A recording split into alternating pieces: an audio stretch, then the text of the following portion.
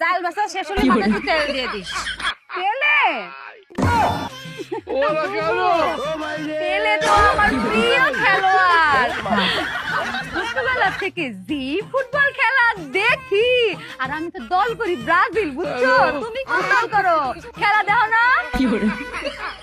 মেলা কি যে করতেছিস, কত মেলা গেছি ছোটবেলায়। আব্বা তো আমার আনতেই পারিনি। নাগরদোলা আছে না, সে নাগরদোলায় ঘুরতে ঘুরতে বমি করে দিতাম, তার নামাতি পারতো না। আবার জিলেবি আছে না, ওরে জিলেবি খাইতাম। ওরে আল্লাহ, কি যে করছিস। তুই মেলা যাসনি? মেলা গেছিলি?